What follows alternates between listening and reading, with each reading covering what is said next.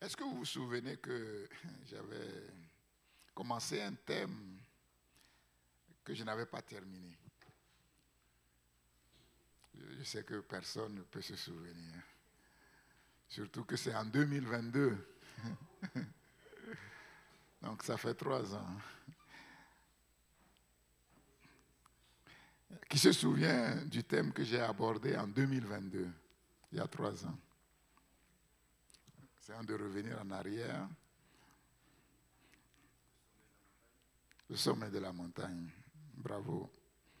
Atteindre le sommet de la montagne de Dieu pour atteindre notre propre sommet, tel était le thème que nous avons abordé en 2022.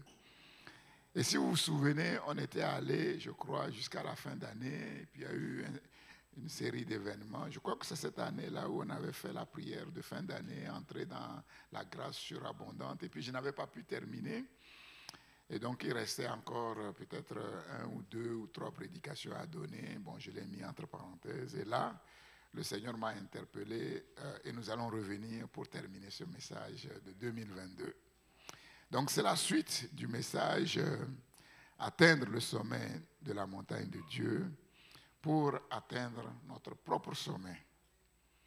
Et donc, nous avons terminé, pour ceux qui se souviennent encore un peu, je pense... Steve s'en souvient, puisqu'on en a parlé un tout petit peu il y a quelque temps. J'avais terminé sur les 3 niveaux de la foi qui accomplit la vision de Dieu. Confesser, voir, confesser et saisir. Et en fait, c'était sur ça, effectivement, que je m'étais arrêté. Donc ce matin, je vais continuer quelque peu, peut-être dimanche prochain et puis le dimanche d'après. Je vais aborder 2 points ce matin. Le premier point, c'est rappeler l'importance de la vision. Et le deuxième point, c'est que les problèmes que nous rencontrons ne sont pas le problème, ne sont pas un problème. L'importance de la vision. Ça, c'est le premier point que nous allons partager. En fait, travailler dans la vision que Dieu nous donne est une nécessité vitale, sécuritaire. Travailler dans la vision donnée par Dieu est vital, sécuritaire.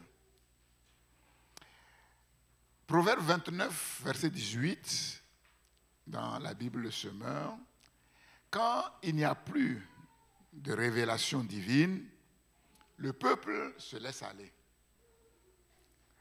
dans Semeur. Heureux celui qui obéit à la loi de Dieu. Dans Louis II dit, quand il n'y a pas de révélation, le peuple est sans frein. Heureux s'il observe la loi. NBS, quand il n'y a pas de vision, donc nous avons compris, la vision, c'est la révélation de Dieu, c'est la révélation divine. Quand il n'y a pas de vision, le peuple est incontrôlable. Heureux celui qui garde l'enseignement. Une autre version dit, faute de révélation prophétique, donc la vision, c'est la révélation divine, c'est la révélation prophétique. Le peuple s'abandonne au désordre, mais heureux s'il observe la loi. Chouraki dit, sans vision, le peuple se détraque.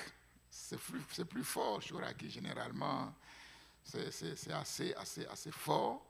Le peuple se détraque, c'est-à-dire que le peuple dysfonctionne. Le peuple dysfonctionne. Le gardien de la Torah est en marche. Donc nous avons compris au travers de ces différentes versions que la révélation divine, c'est-à-dire la vision de Dieu, est quelque chose de très important, quelque chose de fondamental, quelque chose de vital. Si nous ne voulons pas nous laisser aller loin des choses de Dieu, si nous ne voulons pas, comment dirais-je, nous précipiter dans des choses sans frein qui ne glorifient pas Dieu, si nous ne voulons pas vivre dans le désordre ou dans le dysfonctionnement avec Dieu, nous avons besoin de la vision de Dieu et de travailler dans le cadre de la vision de Dieu. En fait, le grand défi de la foi, c'est de voir et de bien voir. Voir et bien voir.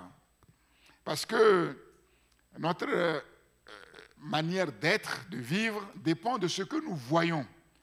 De ce que nous voyons. La vision que nous avons de la vie, la vision que nous avons de nous-mêmes, la vision que nous avons du monde, c'est cette vision qui façonne en nous nos attitudes, notre mentalité et aussi nos paroles et nos comportements. Le grand défi de la foi, c'est de bien voir. Jésus disait dans son entretien, dans son échange avec la Samaritaine, et après son échange avec la Samaritaine, avec les disciples, Jésus disait aux disciples, ne dites-vous pas qu'il reste encore 4 mois jusqu'à la moisson? C'est vrai, naturellement, la moisson n'est pas encore arrivée. Mais moi, je vous dis, levez les yeux et contemplez la moisson qui blanchit déjà au soleil. C'est vrai que l'évangélisation de la Samarie, dans Actes chapitre 1er, verset 8, vous recevrez une puissance, vous serez mes témoins, voilà, Jérusalem jusqu'en Samarie, allait se faire plus tard. Mais cependant, Jésus dit, levez les yeux et contemplez. Voyez la moisson qui déjà blanchit au soleil. Et nous savons que cette parole s'est accomplie à la lettre, puisque nous avons vu que la Samaritaine va se convertir et suite à son témoignage, plusieurs Samaritains vont se convertir avant l'heure. Pour dire que l'œuvre de Dieu ne suit pas les lois naturelles. L'œuvre de Dieu va bien au-delà, effectivement, des lois naturelles. C'est pour cela que nous avons besoin de bien voir, d'avoir une vision claire, non seulement de Dieu, mais aussi de ce que Dieu veut accomplir si nous ne voulons pas être décalés par rapport à l'œuvre de Dieu. En fait, le véritable changement, le changement profond qui ouvre la porte de la destinée, de notre destinée, vient de la vision de Dieu, vient de la compréhension du grand projet de Dieu pour le monde et pour nous-mêmes. Pour le monde et pour nous-mêmes. Et nous savons que le sens même de l'univers, le sens de la vie et le sens du monde et le sens de notre propre vie ne se trouve que dans ce cadre, le cadre du grand projet de Dieu pour le monde entier. Et c'est dans ce grand projet de Dieu pour le monde entier que s'inscrit le projet de Dieu pour notre vie. Le projet de Dieu pour notre vie. Le désir de changer en profondeur et de s'aligner sur le projet de Dieu découle de la vision que Dieu nous donne. Le désir de changer en profondeur et de vouloir s'aligner sur le plan de Dieu, le projet de Dieu, découle de la vision que Dieu nous donne, de la vision que nous avons de Dieu. Et quand Dieu nous donne une vision, il y a un prix à payer pour accomplir cette vision. La Bible déclare, nous le savons, que avant de construire une tour, il faut d'abord s'asseoir pour calculer la dépense, pour voir si on a de quoi commencer de construire et de quoi continuer et de quoi achever. Si ce n'est pas le cas, ce n'est pas la peine de nous lancer dans ce chantier parce qu'à la fin, ce sera la honte. Calculer la dépense. Calculer la dépense nous parle d'un prix à payer. Et quel est le prix que nous devons payer pour accomplir la vision de Dieu? Ça, c'est une question. Quel est ce prix? Il y a un prix à payer pour accomplir la vision de Dieu. Quel est ce prix? L'obéissance. Avant l'obéissance, l'obéissance découle de quoi? L'obéissance, la soumission sont les filles de qui? De quelle dame? Non, la foi. La foi. L'obéissance et la soumission découlent de la foi. Découlent de la foi. Le prix à payer, c'est notre foi. Cette foi qui nous amène à lâcher complètement prise.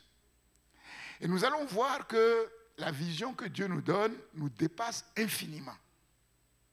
La vision que Dieu nous donne nous dépasse infiniment.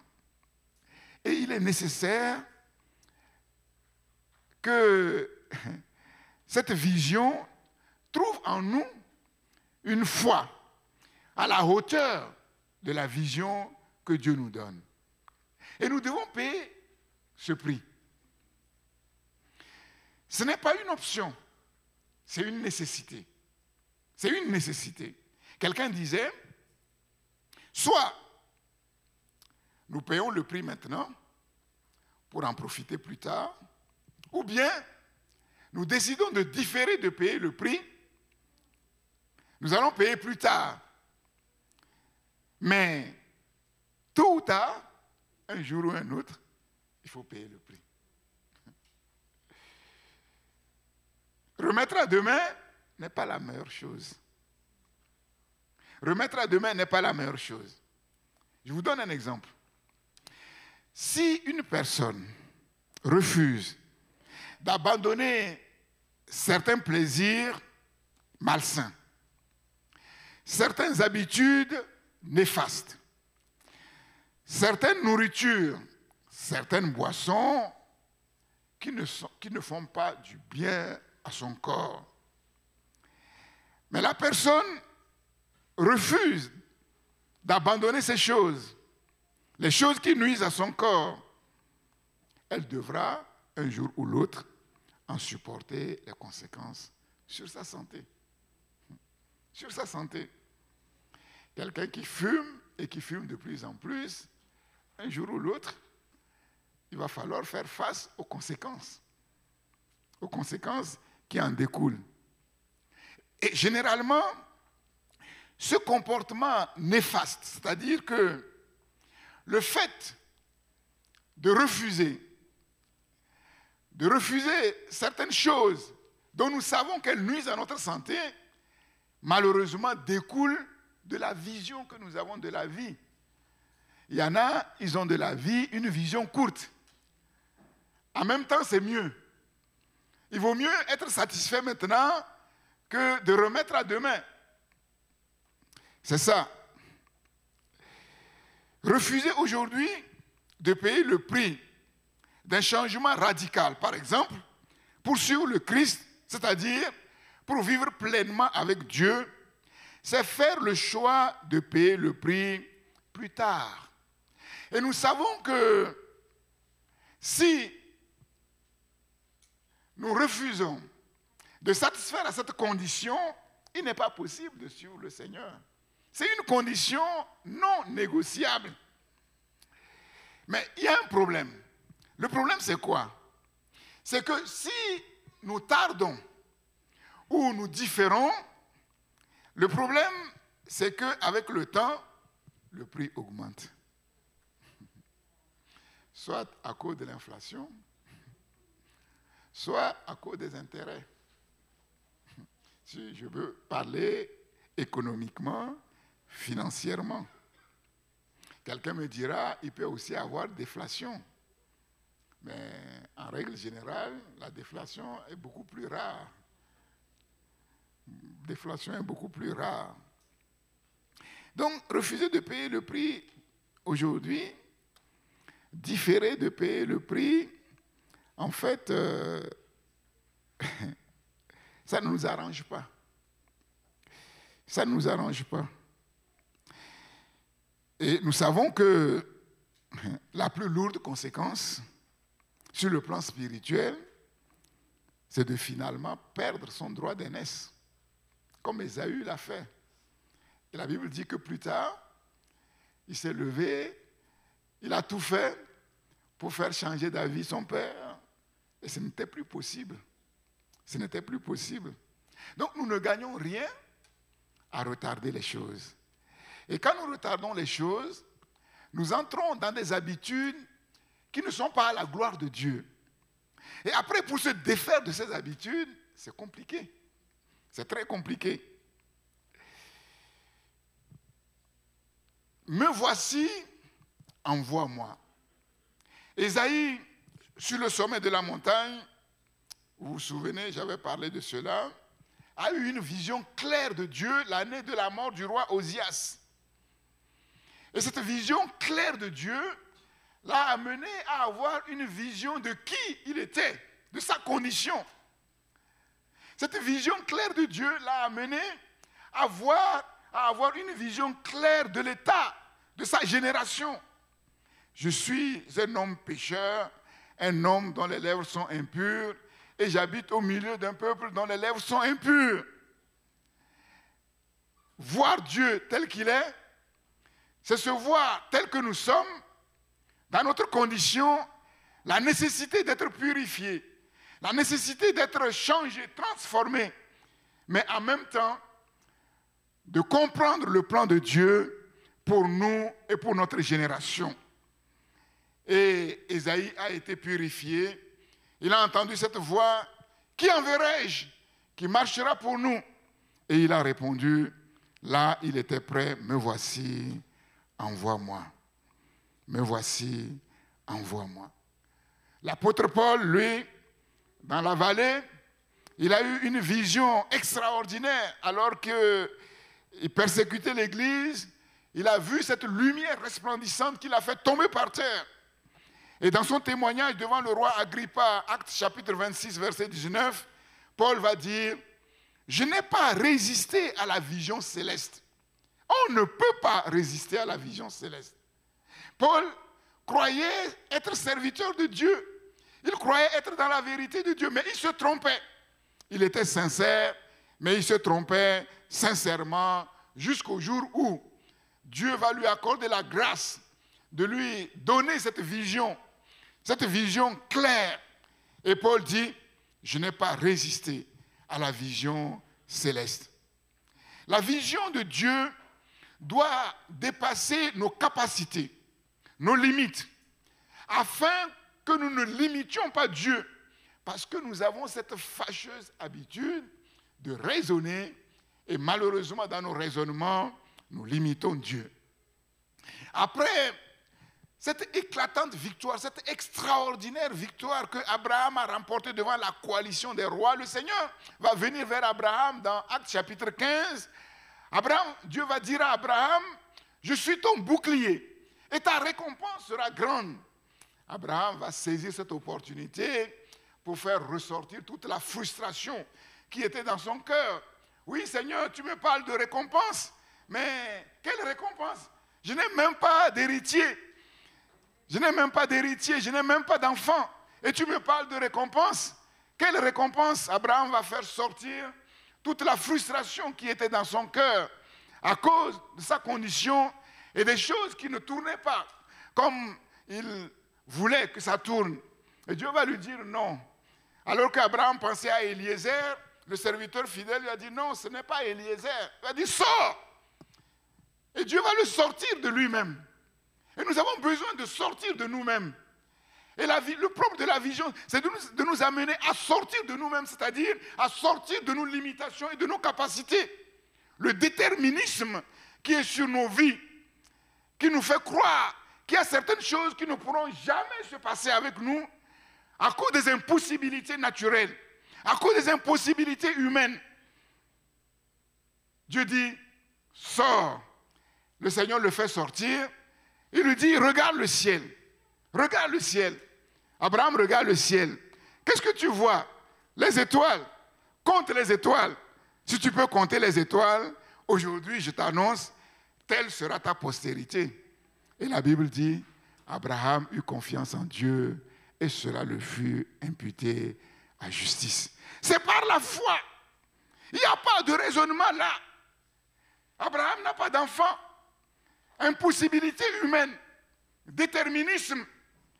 Tout était fait pour que Abraham ne puisse pas avoir de postérité.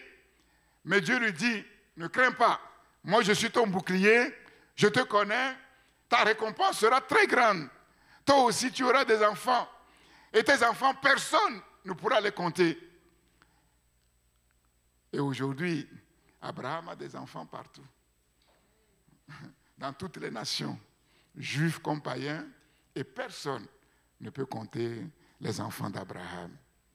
C'est ça, la vision de Dieu. Voilà pourquoi, si nous ne voulons pas tourner en rond dans les mêmes choses, si nous voulons sortir de nos impossibilités humaines, nous avons besoin d'avoir une vision claire de Dieu. Et cette vision claire de Dieu nous amène à avoir une vision claire de ce que nous sommes devant le Seigneur et pourquoi nous sommes, comme nous l'avons dit, c'est-à-dire ce que Dieu veut accomplir dans nos vies. Et le Seigneur est en train de te dire ce matin, voilà, je suis ton bouclier, ta récompense est grande devant ma face. Qu'est-ce que tu vas dire? Quelle frustration tu vas faire sortir comme Abraham? Sors là! Et le Seigneur va te rassurer. Chacun ici a des griefs à faire au Seigneur. Ça fait des années que je te connais. Ça fait des années que je prie pour tel ou tel sujet. Ça fait des années que je me bats avec telle ou telle maladie. Seigneur, je ne comprends pas. Dieu te dit, sois tranquille. Ton problème n'est pas le problème. Ton problème, s'il y a un problème, est ailleurs. Et quel est le problème devant nos problèmes? C'est une question. Quel est le vrai problème devant nos problèmes? C'est quoi? Notre incrédulité. C'est tout. Tu voulais poser une question? Comment? Ah oui, je me suis trompé. C'est Genèse 15. Genèse 15. Merci beaucoup. Genèse 15. Oui. Oui. On pourrait parler de renoncement à soi, non? Le renoncement à soi découle de la foi. Oui, oui, c'est la conséquence de la foi. C'est pour ça que j'ai dit lâcher prise. Le renoncement à soi, c'est le lâcher prise total, en fait. C'est ça le lâcher prise. Voilà. C'est-à-dire, on confie les rênes à quelqu'un d'autre. Ce n'est plus moi, c'est le Seigneur. C'est ça le lâcher prise, c'est ça le renoncement à soi. Et ça, on ne peut le faire que si notre foi en Dieu est vraie, elle est réelle. Oui.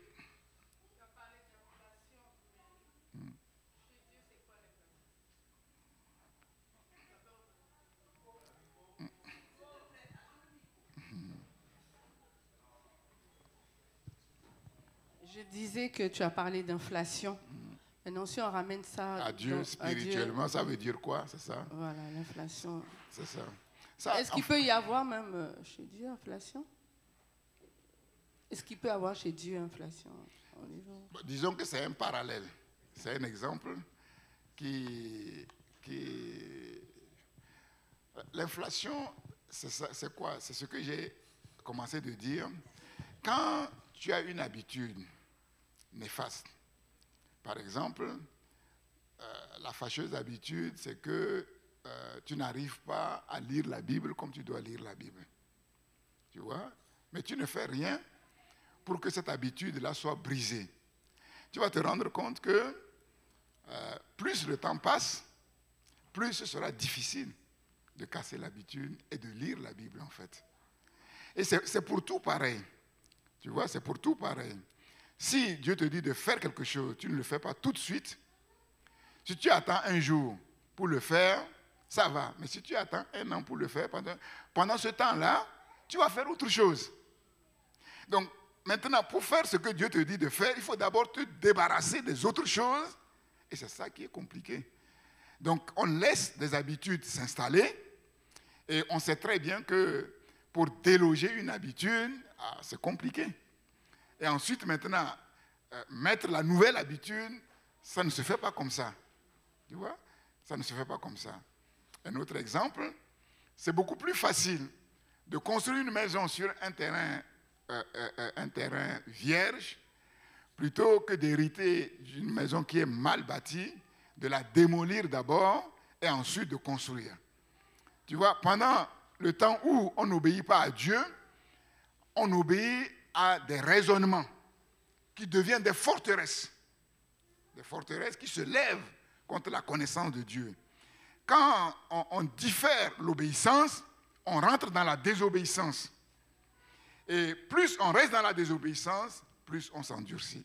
On a vu Israël, ils sont restés dans la désobéissance jusqu'à un certain moment. Il n'était plus possible maintenant de revenir en arrière. Et Dieu dit basta.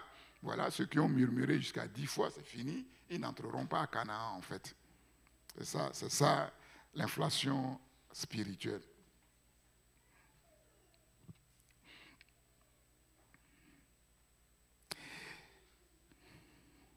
La vision de Dieu dépasse nos capacités, nos limites,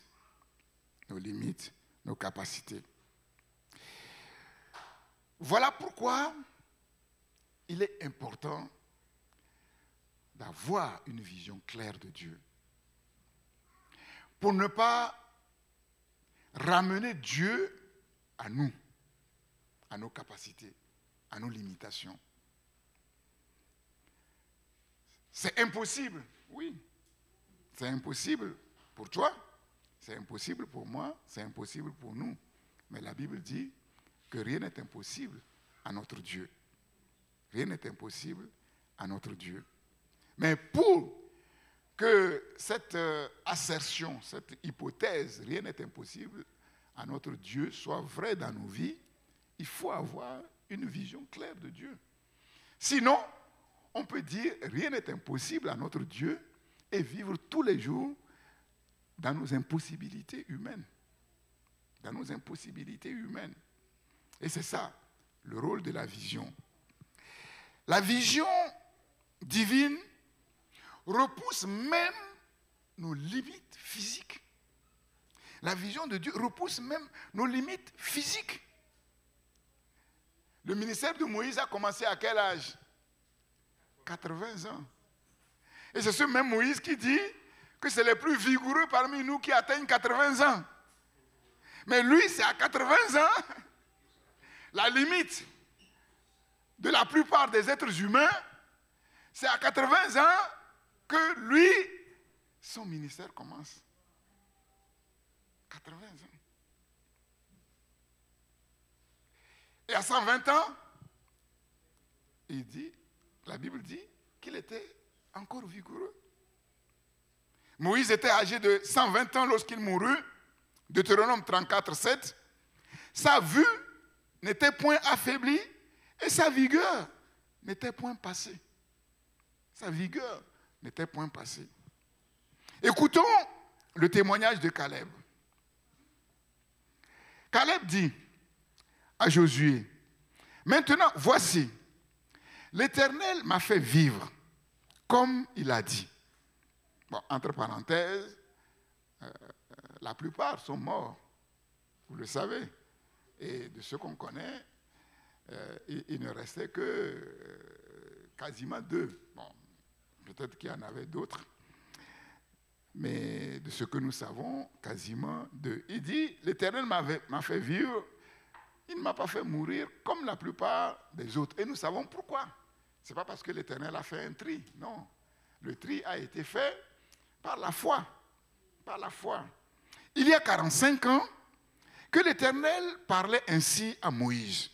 Lorsque Israël marchait dans le désert. Et maintenant, voici. Donc, il y a 45 ans. Vous vous imaginez? Il y a 45 ans. Il y a combien d'années que je vous ai parlé? Pas 45 ans. Christ pour les Nations existe depuis l'an 2000. Voilà, depuis l'an 2000, 99, fin 99, 2000.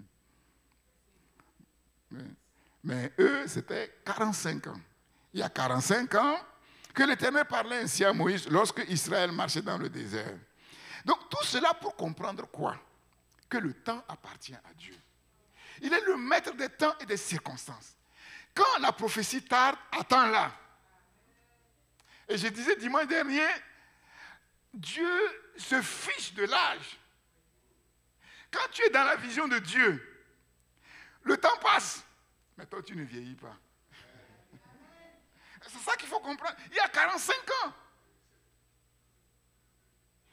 Il y a 45 ans. Et il avait quel âge? Il y a 45 ans, il avait quel âge? 40 ans. On va dire, mais Seigneur, 45 années sont passées, je suis vieille. Je suis vieux. Mais ce n'est pas ce que Caleb dit. Si Dieu laisse passer le temps, il sait pourquoi. Et pendant ce temps, il fait son travail. La vision fait son œuvre. La vision fait son travail. Non pas seulement pour accomplir ce que Dieu veut accomplir, mais pour que l'instrument soit prêt et soit ce qu'il doit être pour faire le travail. Si Dieu veut accomplir, alors que l'instrument est vieux, fatigué, par terre, comme il dépend des autres, il y a un problème. Et Dieu ne peut pas permettre ça. Donc, vous voyez, ce n'est pas une question de temps. Ce n'est pas une question de vieillesse. Dieu est le maître des temps et des circonstances. La question, c'est est-ce que Dieu a parlé? Oui. La question, est-ce que tu crois à ce que Dieu a dit? Oui. Si Dieu a parlé vraiment, et tu crois vraiment, laisse le temps à Dieu. Mets le temps entre les mains de Dieu. Et on va voir que c'est peut-être notre incrédulité qui nous fait vieillir avant le temps. Ah oui, peut-être notre incrédulité. Parce que si on n'est pas vraiment dans le plan de Dieu, pourquoi Dieu va nous maintenir en jeunesse? Pour faire quoi? Si Dieu nous maintient en jeunesse, si Dieu nous donne la force, la vigueur, c'est pour son œuvre. Mais si Dieu nous donne la force, la vigueur, et nous avons nos pensées ailleurs, Dieu ne le fera pas. Nous serons comme les autres, le reste des hommes. Ben, on va vieillir comme le reste des hommes, et certains vont mourir même avant l'heure. Mais ce n'est pas notre cas, parce que la parole de Dieu nous a été adressée, nous avons mis notre foi dans la parole. Il y a 45 ans que l'Éternel parlait ainsi à Moïse, lorsque Israël marchait dans le désert. Et quand la parole est sortie, ce n'était pas dans les bonnes conditions. C'était dans une situation difficile. Israël était dans le désert. Israël ne comprenait rien. Il ne comprenait rien. En fait, ce qu'ils croyaient que Dieu allait faire, c'est exactement le contraire dans lequel ils étaient en train de marcher. Mais Caleb a choisi de ne pas mettre sa foi ni en ce qu'il voit, ni en ce qu'il peut toucher, mais dans la parole de Dieu. Dans la parole de Dieu. Et maintenant, voici, je suis âgé de 85 ans. 85 ans. Je suis encore vigoureux, comme au jour où Moïse m'envoya. Mais c'est extraordinaire. Comme au jour où Moïse m'envoya.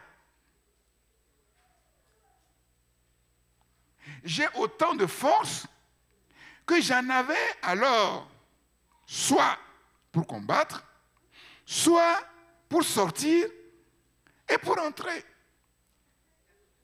C'est ça, cette vieillesse-là que je veux. Oui, c'est ça que je veux.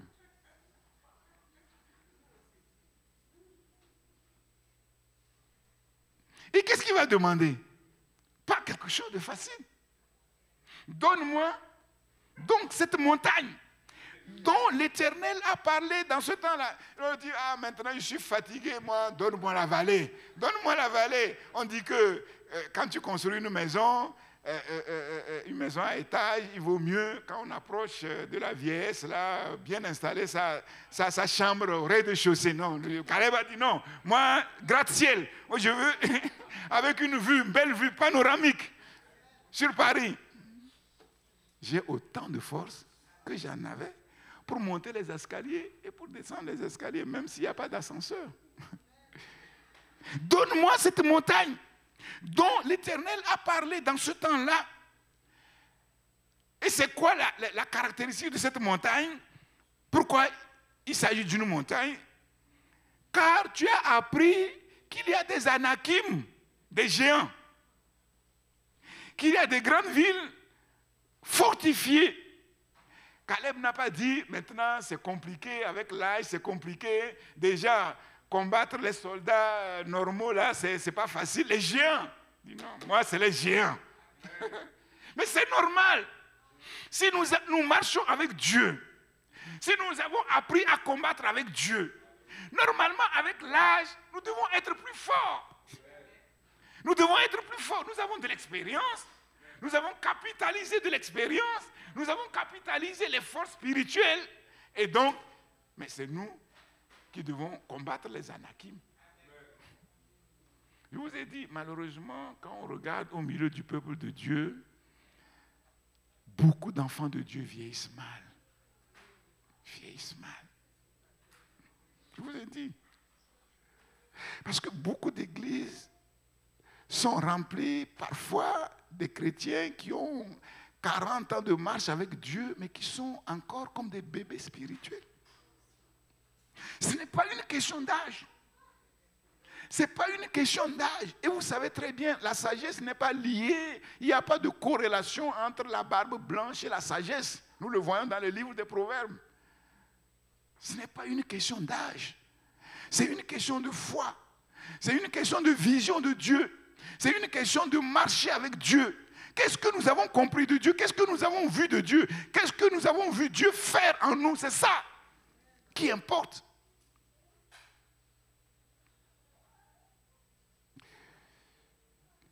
Car tu as appris qu'il y a des Anakim et qu'il y a des grandes villes fortifiées. Regardez la foi et l'humilité de Caleb. Malgré toute l'expérience qu'il a avec Dieu, malgré les exploits qu'il a vus accomplir au travers de son ministère par Dieu, regardez ce qu'il va dire. Il prend le contre-pied du pentecôtisme aujourd'hui. L'Éternel sera peut-être avec moi.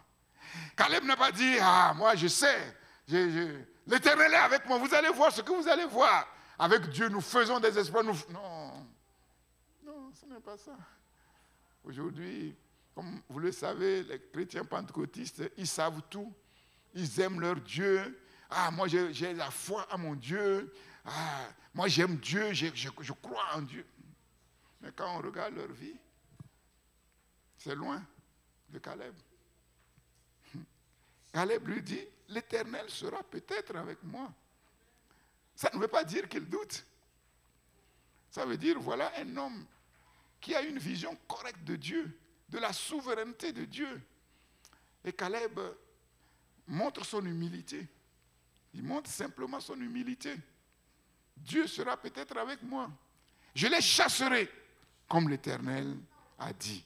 Josué 14, versets 10 à 12. Josué, devant ces paroles, qu'est-ce qu'il peut dire? Qu'est-ce qu'il peut dire? Il ne peut que dire Amen, Amen, Amen. C'est un témoin. Il connaît bien Caleb. Il connaît le chemin de Caleb. Josué bénit Caleb, fils de Jephuné, et lui donna Hébron pour héritage. Josué 14, verset 13. Bon, plaise à Dieu que tu viennes voir le pasteur Daniel pour lui rappeler les promesses de Dieu. Et devant l'évidence des choses, le pasteur Daniel ne peut dire Amen, Amen, je te bénis. Oui, ce que tu dis, c'est la vérité. Je vois le chemin par lequel tu as parcouru et je peux rendre témoignage vraiment de ta foi. Et vous savez que Caleb n'était pas un descendant naturel d'Abraham. Caleb n'était pas un descendant naturel d'Abraham. Il n'appartenait pas au départ aux tribus d'Israël. Caleb, fils de Jephuné, par la foi, il a suivi Israël dans le désert. Par sa foi et son engagement total à Dieu, il est devenu un prince de grande valeur au milieu d'Israël et dans le royaume de Dieu. Alléluia.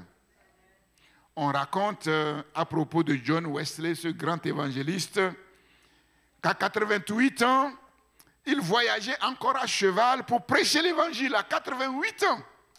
Il était encore aussi vigoureux pour continuer à prêcher l'évangile. La vision divine repousse nos limites et même nos limites physiques. C'est extraordinaire. La vision divine et le rêve qui l'accompagne parfois agit dans tous les domaines de notre vie. Nous rajeunit, nous remplit de force, d'enthousiasme. Et vous savez que l'enthousiasme rajeunit. L'enthousiasme rajeunit. Je vous conseille de beaucoup rire. De beaucoup rire. Ça a l'air de rien, mais c'est un exercice qui rajeunit.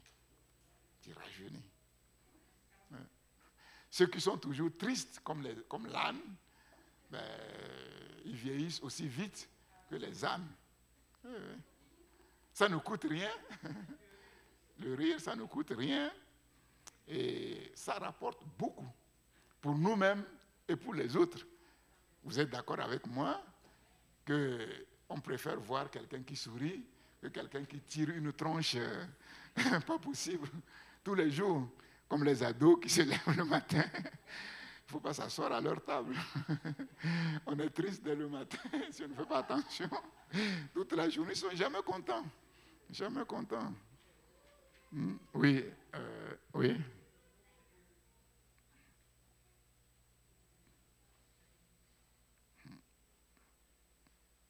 J'avais une question par rapport à la foi. Oui. Ça fait quelques jours que je me pose la question par rapport à l'incrédulité. Est-ce que tu peux nous définir un peu plus l'incrédulité? Est-ce que c'est juste un manque de foi ou c'est plus complexe que ça? J'ai l'impression que c'est plus complexe que ça. Est-ce que je me trompe ou...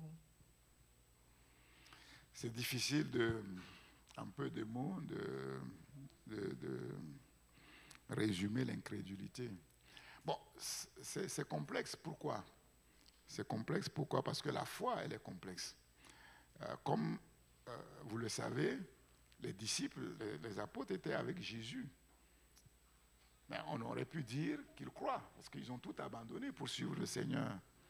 Mais quand on regarde leur expérience, on voit qu'ils croyaient, mais ils ne croyaient pas. Ils croyaient, mais ils ne croyaient pas. Parce que si Pierre croyait, il n'allait pas essayer d'aller à l'encontre de ce que Jésus lui dit. Or, la foi vient de ce qu'on entend. Jésus dit quelque chose, Pierre lui dit autre chose. Et pourtant, il croyait. S'il ne croyait pas, il n'allait pas tout abandonner pour suivre le Seigneur, puisque lui-même il a dit, et nous tous qui avons tout abandonné pour te suivre. Et quand on regarde dans les évangiles, Jésus disait, homme de peu de foi. Et vous aussi, vous n'avez pas de foi comme les autres. Et c'est vers la fin, avant la mort de Jésus, que Jésus va dire, ah, maintenant vous croyez. Maintenant vous commencez à croire. Donc, c'est très compliqué. C'est comme le père de ce fils, entre guillemets, épileptique, qui tombait dans le feu, il dit, je crois, mais viens au secours de mon incrédulité. Bon, tout ça pour comprendre qu'il y a plusieurs niveaux de la foi. Il y a le niveau premier, le niveau 0, la foi qui sauve. Si tu confesses de ta bouche le Seigneur Jésus, si tu crois, tu seras sauvé. La foi qui sauve. Et puis, il y a la grande foi. Femme, ta foi est grande. Et puis, il y a la foi parfaite, à propos d'Abraham. C'est ça. Donc, pour comprendre qu'on peut avoir la foi au niveau 0 qui ne fonctionne pas au niveau 3. La foi au niveau 0 qui ne fonctionne pas au niveau 3. Et donc, on croit, mais on ne croit pas. On est dans l'incrédulité. C'est un processus. On est à l'école de la foi. J'avais déjà prêché là-dessus il y a longtemps. On est à l'école de la foi. Oui, et on doit grandir dans la foi. La foi niveau 0, la foi qui sauve.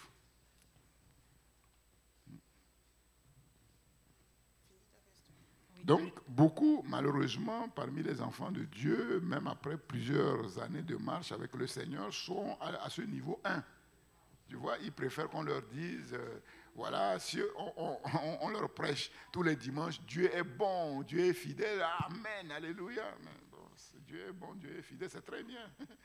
C'est très bien, mais Dieu n'est pas que ça.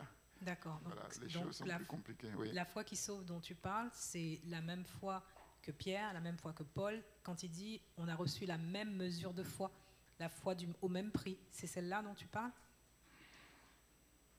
Non, pas. On a reçu la même foi parce que notre foi est basée sur la parole de Dieu. Par exemple, la foi qui sauve est basée sur le fait qu'on croit que Jésus-Christ est Seigneur et Sauveur.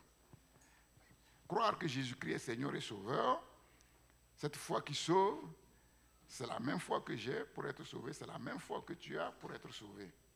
Tu vois? Donc, malheureusement, il y en a qui pensent qu'ils ont une foi particulière. Il n'y a pas de foi particulière.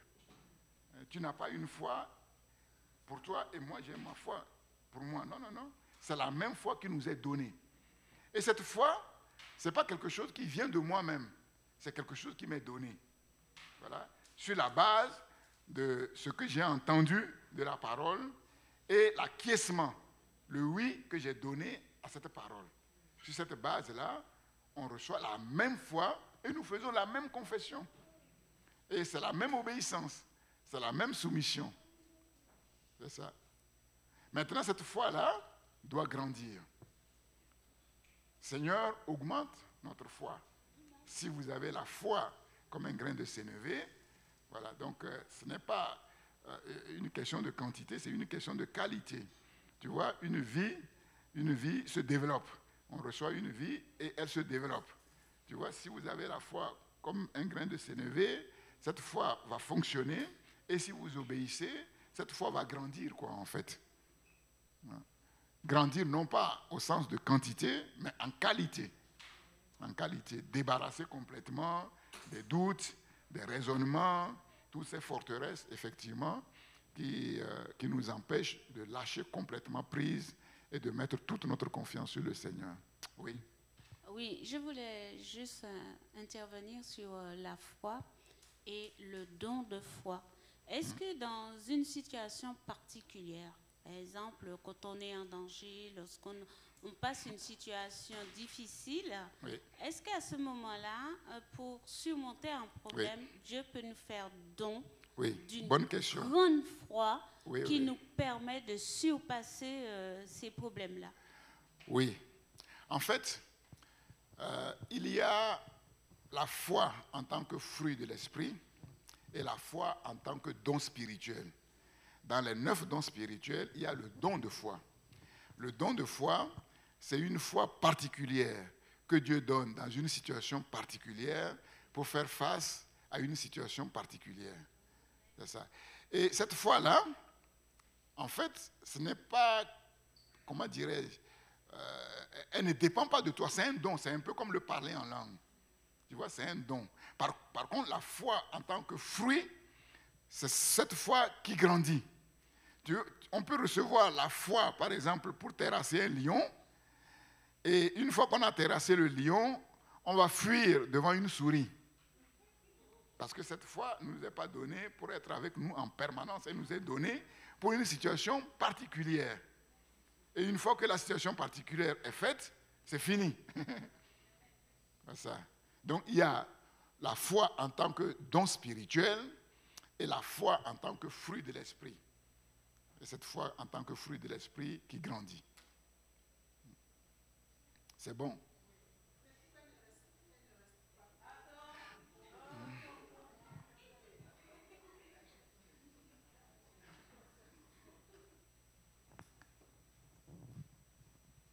Non, j'ai fini de parler. Pourquoi elle ne reste pas? Parce que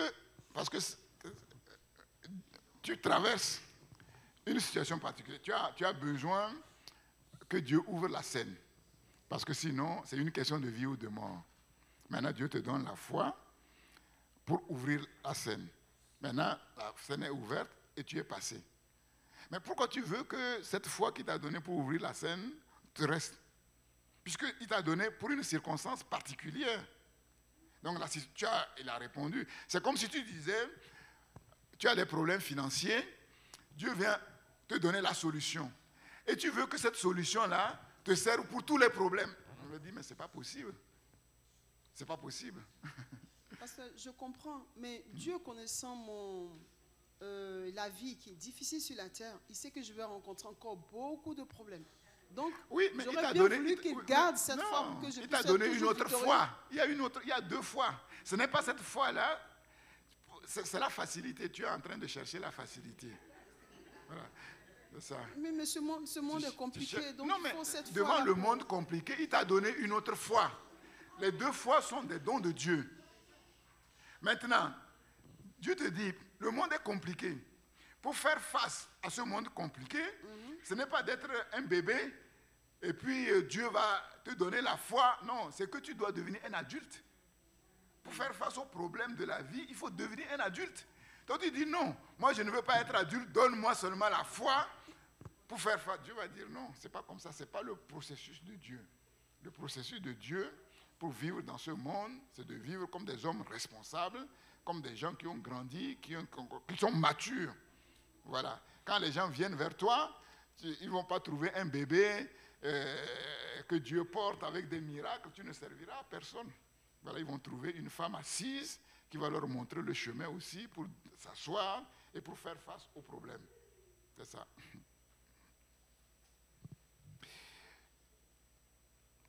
La vision divine et le rêve qui l'accompagne, comme je l'ai dit, nous rajeunit, nous remplit de force, d'enthousiasme. Pourquoi? Parce que nous travaillons en fait pour des choses qui nous dépassent infiniment.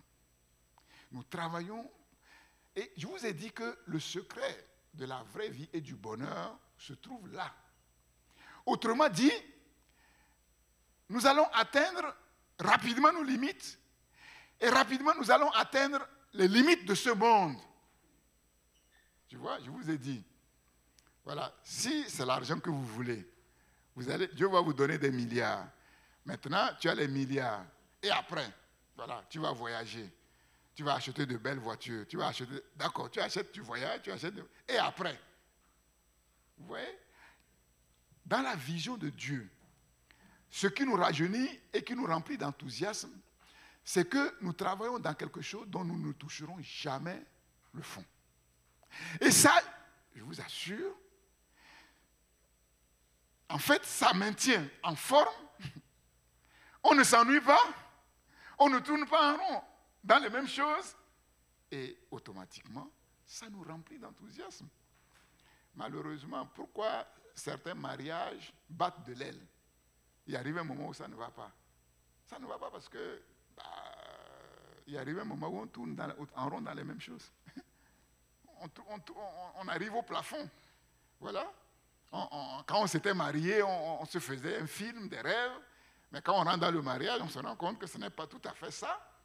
Maintenant, si on ne fait rien pour cultiver le mariage, comme je l'enseigne à ceux qui vont se marier, je leur dis, mais le mariage, mais c'est beau. C'est un pays où coule le lait et le miel, c'est Canaan, mais il faut le conquérir. Seulement, beaucoup font tout, tu vois, pour conquérir au départ. Tu vois, et puis une fois qu'on a conquis, on s'est marié, on baisse les bras. Maintenant qu'on s'est marié, ça va aller tout seul. Mais ce n'est pas normal. Ça ne peut pas marcher tout seul. Et c'est ça. Donc, toute chose en dehors de Dieu et de la vision de Dieu a une certaine limite. Une certaine limite. Ce qui nous amène au-delà de toute limite, c'est la vision de Dieu et la vision de l'œuvre de Dieu. Nous combattons, non avec nos forces naturelles, mais avec la force surnaturelle de Dieu qui agit puissamment en nous, comme Paul le dit. Les ressources divines opèrent en nous au-delà de nos limites et nous poussent hors de nos limites. Et les coachs, Jonathan peut le confirmer, pourquoi les athlètes sont plus vigoureux que le reste des hommes, c'est qu'on les pousse toujours jusqu'à leur limite, et si possible, au-delà de leur limite. Au-delà de leur limite. Et c'est ça qui donne un regain de force et d'énergie. C'est ça qui fait que ces hommes et ces femmes comme on l'a vu au JO, ils ne sont pas comme les autres hommes. La plupart des autres hommes, ils n'atteignent même pas leurs limites. Si on leur dit de faire un exercice, là, ça fait un peu, ça fait mal. Et malheureusement, c'est quand ça commence à faire mal que ça devient bon pour le corps. C'est quand un exercice commence à faire mal que c'est bon pour le corps.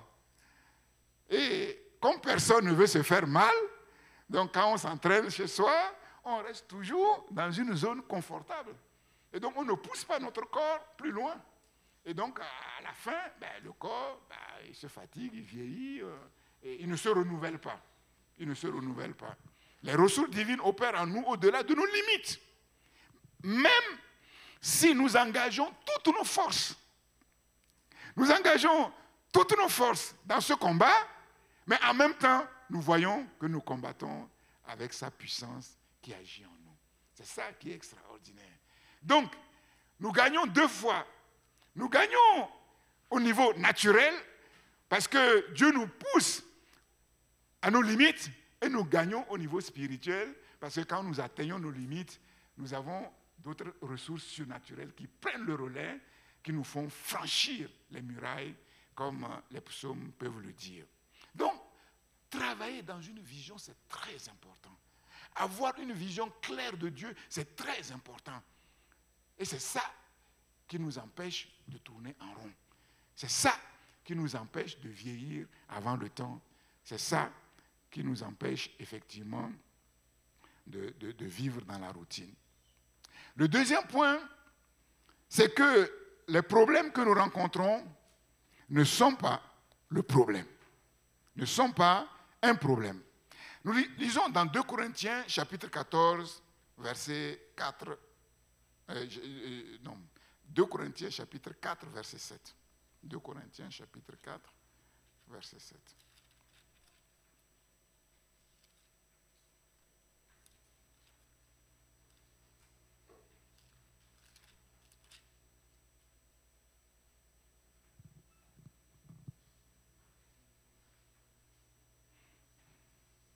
Donc, une petite illustration du fait de travailler au-delà de nos limites, c'est l'écharpe de Paul, que vous connaissez très bien.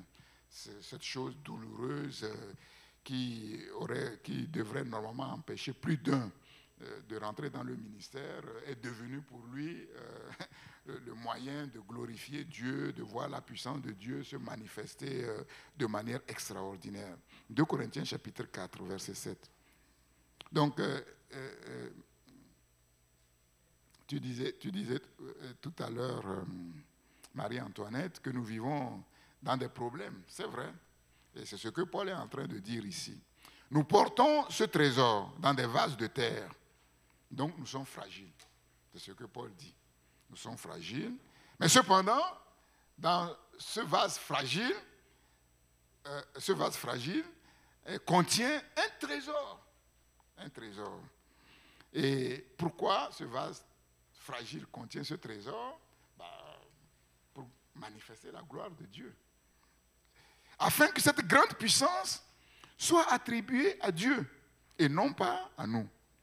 Nous sommes pressés de toute manière, pressés de toutes parts, mais non réduits à l'extrémité. Voilà. Dans la détresse, mais non dans le désespoir. On a l'impression que celui qui a approuvé de Dieu, il n'a pas de problème. Voilà. C'est faux. Je ne sais pas d'où les chrétiens tirent ça. C'est une mauvaise interprétation de la toute-puissance de Dieu. Dieu est tout-puissant. Donc, s'il est d'accord avec moi et s'il marche avec moi, comme il est tout-puissant, mais je n'aurai pas de problème. Moi, je ne vois pas. Je ne vois pas d'où il tire ça. Il pourrait dire, Dieu est tout-puissant. Donc, s'il marche avec moi, quels que soient les problèmes que je vais rencontrer, il me donnera la victoire. Mais il ne raisonne pas comme ça. Il dit, Dieu va m'empêcher de rentrer dans les problèmes. Mais là, ce n'est plus la foi. Vous comprenez, c'est la facilité. Et ce n'est pas bon. Ce n'est pas bon. Nous sommes pressés de toute manière, mais non réduits à l'extrémité. Dans la détresse, mais non dans le désespoir. Certains pensent que quand quelqu'un est fort spirituellement, lui, le désespoir, il ne connaît pas, les détresses, il ne connaît pas, les problèmes, ils ne connaissent pas. Ah, ceux qui veulent vivre pieusement en Jésus-Christ, c'est eux qui sont persécutés. C'est eux qui sont persécutés. Ceux qui sont spirituels, c'est eux qui vivent constamment dans le déséquilibre. Et le déséquilibre, c'est très important spirituellement pour nous maintenir en éveil, pour nous maintenir dans la foi, dans la vigilance. Nous savons comment très facilement nous baissons la garde. Très facilement nous baissons la garde. Persécutés, mais non abandonnés. Abattus, mais non perdus. Portant toujours avec nous, dans notre corps, la mort de Jésus, afin que la vie de Jésus soit aussi manifestée dans notre corps. Car nous qui vivons, nous sommes sans cesse livrés à la mort à cause de Jésus. Parce que c'est nous qui sommes la cible principale du diable. Ce n'est pas ceux qui sont esclaves déjà du diable. Afin que la vie de Jésus soit manifestée dans notre chair mortelle. Donc Paul est en train de dire que la terre est remplie de problèmes.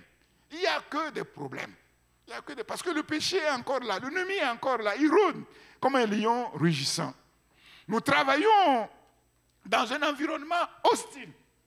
Nous travaillons dans un environnement hostile, c'est-à-dire dans les problèmes, toujours en déséquilibre. Mais cependant, ces problèmes n'étaient pas un problème pour Paul. Est-ce que ces problèmes ont empêché Paul d'accomplir son ministère jusqu'au bout? Non. Est-ce que les charges de Paul ont empêché Paul d'accomplir son ministère jusqu'au bout? Non. Donc nous comprenons que les problèmes ne sont pas un problème. Les problèmes ne sont pas un problème. Romains 8, 18. Romains 8, 18. J'estime que les souffrances du temps présent ne sauraient être comparées à la gloire à venir qui sera révélée pour nous. Donc Paul dit que tant que nous sommes sur cette terre, nous sommes confrontés à des souffrances. Mais ces souffrances ne peuvent pas être comparées à la gloire à venir. Donc nous comprenons que bien qu'il y ait des souffrances, ces souffrances ne nous empêchent pas d'atteindre le but, c'est-à-dire d'entrer dans la gloire du Seigneur. Donc les souffrances ne sont pas un problème. Les souffrances ne sont pas un problème. Personne sur la terre n'aime les problèmes. Vous êtes d'accord avec moi? Et pourtant, les problèmes, nous devons les considérer comme des compagnons utiles. Que tu le veuilles ou pas, tu dois marcher avec les problèmes.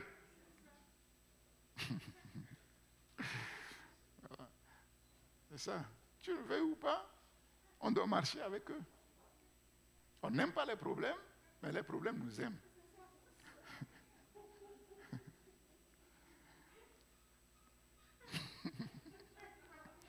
Et attention, et plus tu détestes les problèmes, plus ils s'attachent à toi. C'est ça. Plus tu as peur des problèmes, plus ça approche de toi. C'est ça. Oui, mais c'est normal parce que les problèmes ne trouvent leur compte qu'auprès des gens qui sont fragiles. De par leur nature, pour être problème, il faut qu'ils soient avec quelqu'un à problème.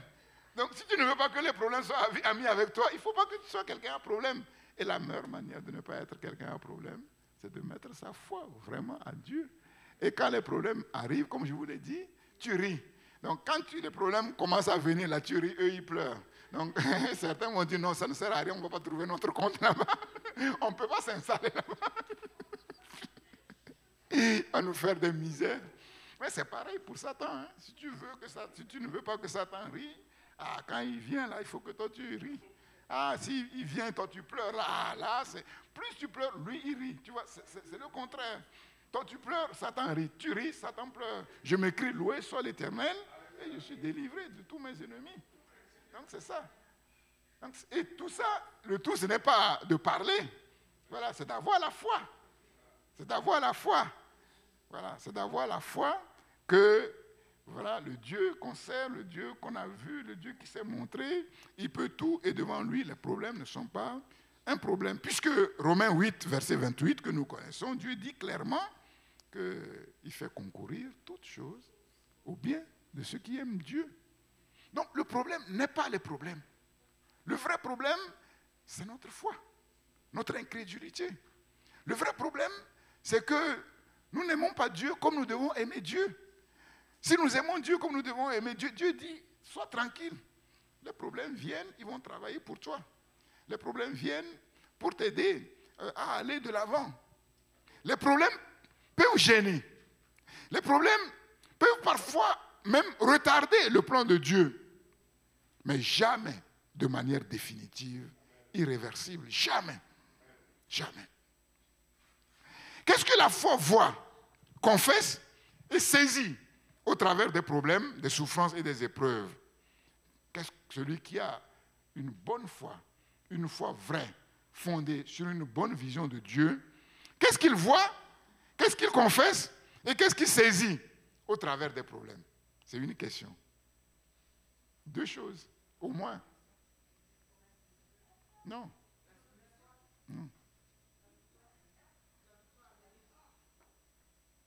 La joie. C'est pour ça que je vous ai dit que quand on a la foi et quand on est dans des problèmes, normalement on doit rire. Pourquoi?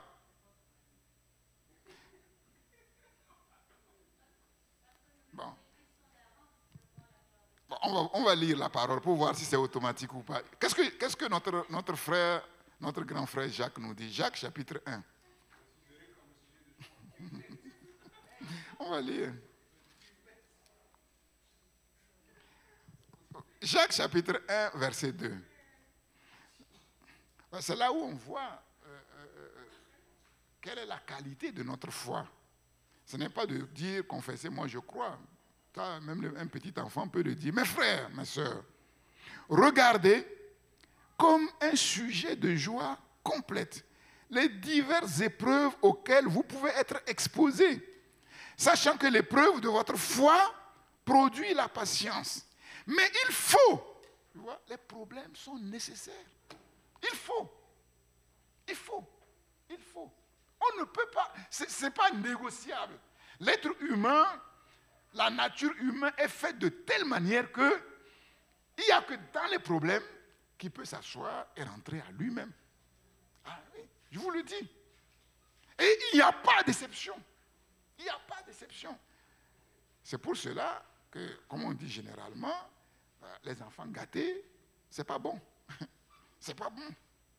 Quand on regarde la vie des enfants, il y a très peu qui arrivent à être vraiment des hommes. À être vraiment des hommes.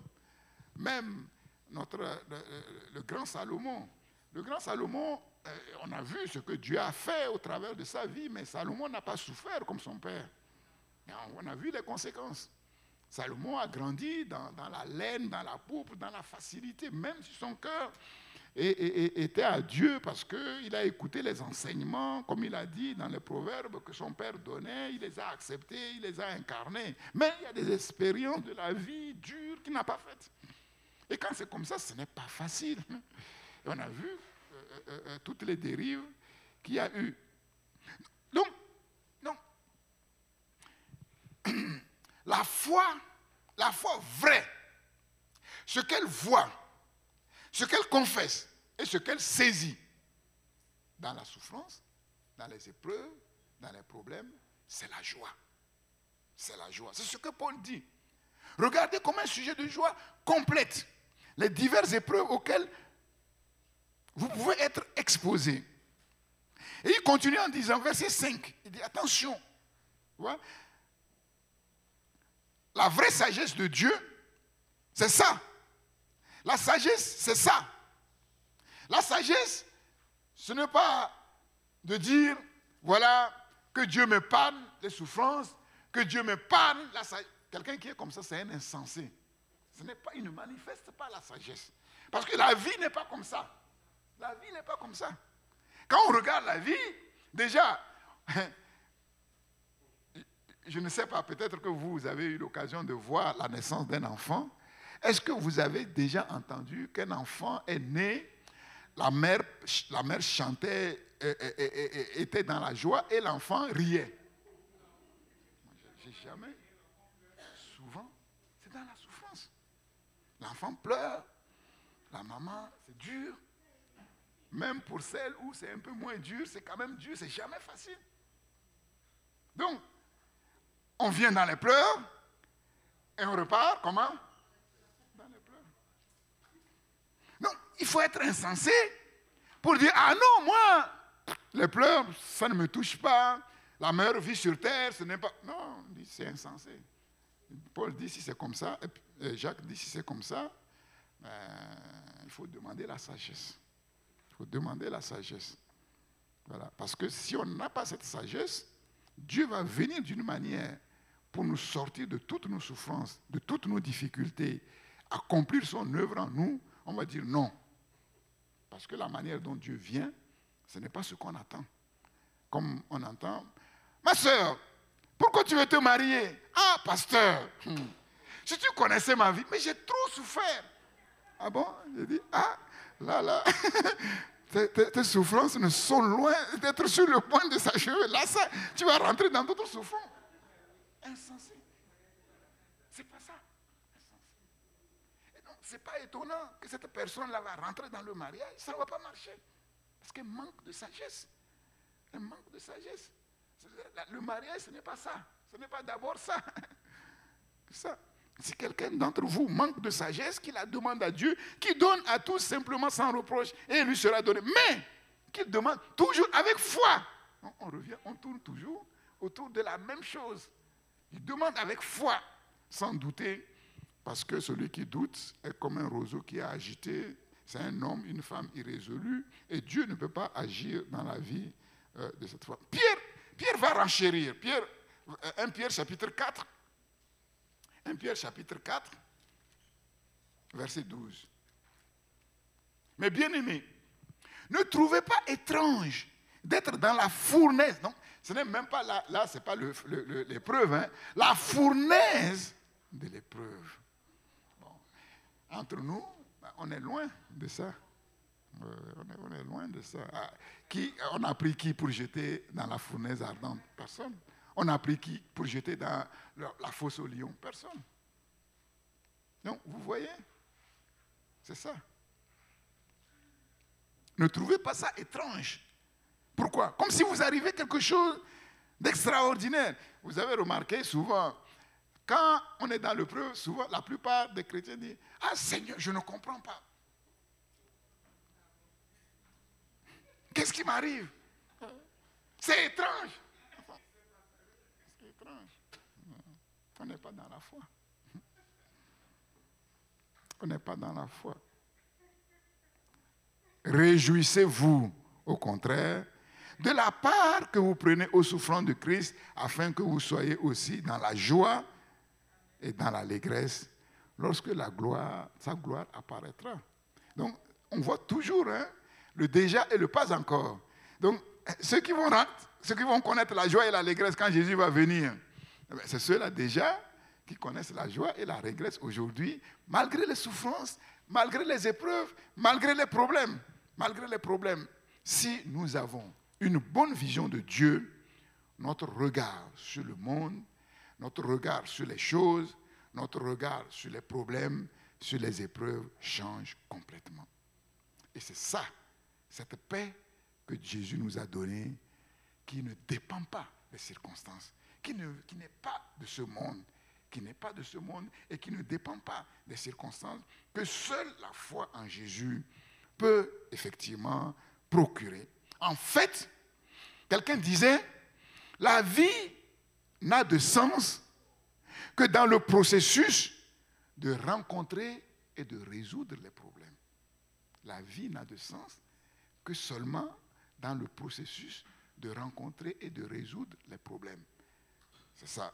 Les problèmes, il continue, c'est le tranchant de la vie qui crée et alimente notre courage et notre sagesse.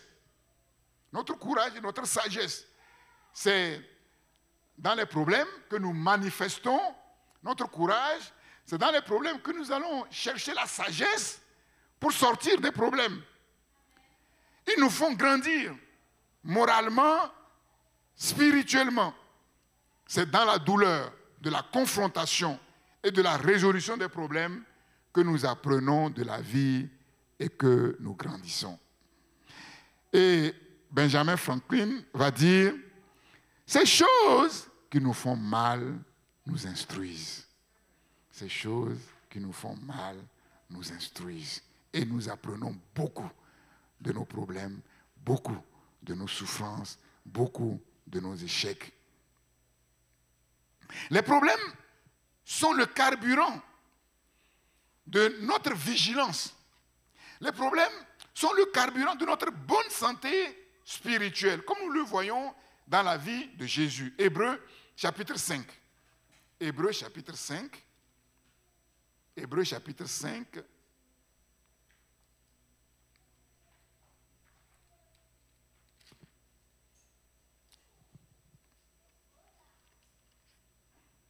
Verset 7. Il est question de Jésus. Nous comprenons pourquoi les souffrances, Jésus, le Père n'a pas épargné à Jésus, son Fils bien-aimé, les souffrances. C'est lui qui a le plus souffert parmi tous les êtres humains. C'est lui aussi qui a connu la gloire la plus extraordinaire. C'est lui, Jésus, qui, dans les jours de sa chair, a présenté avec de grands cris et avec larmes des prières et des supplications à celui qui pouvait le sauver de la mort. Et il a été exaucé à cause de sa piété. Il a appris, bien qu'il soit fils, l'obéissance par les choses qu'il a souffertes. C'est par les problèmes, les difficultés, les souffrances que Jésus a appris l'obéissance, a grandi dans l'obéissance. Après avoir été élevé à la perfection, il est devenu, pour tous ceux qui lui obéissent, l'auteur d'un salut éternel. Donc, lui, il a appris l'obéissance. Par quoi? Par la souffrance. Et nous, on va apprendre l'obéissance à Jésus par quoi? Par la souffrance. Par la souffrance. Il n'y a pas un autre modèle. Il n'y a pas un autre modèle. Dieu l'ayant déclaré souverain sacrificateur selon l'ordre de Melchizedek. Ce sont les problèmes qui nous révèlent l'importance de Dieu. Vous voyez, quand Jésus dit « Sans moi, vous ne pouvez rien faire », on ne le comprend pas. Jusqu'au jour où on se trouve dans des problèmes qu'on ne peut pas résoudre. Et ces problèmes qu'on ne peut pas résoudre, il y en a beaucoup. Sur le plan spirituel, il y en a beaucoup. Il y en a beaucoup. Comment grandir dans la foi sans l'aide de Jésus? C'est impossible. Comment grandir dans la sanctification sans l'aide de Jésus? C'est impossible. Comment être en communion avec Dieu sans l'aide de Jésus? C'est impossible. Sans Jésus, c'est impossible. C'est ça. Ce sont les problèmes qui nous poussent à chercher Dieu, à prier, à crier à Dieu. Et vous avez remarqué, plus le problème que nous rencontrons est dur, plus nos cris aussi sont durs.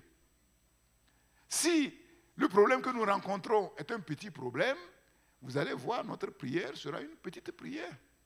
Voilà. Et personne ne va crier pour ça. Si Dieu ne répond pas, bon, la vie continue. Voilà, personne ne va crier pour ça. Souvent, nous crions quand nous voyons que là, c'est vraiment chaud. Si Dieu ne fait rien là, on voit qu'on a beau tourner à gauche, à droite, regarder devant, derrière, il n'y aura personne. Et c'est là qu'on crie.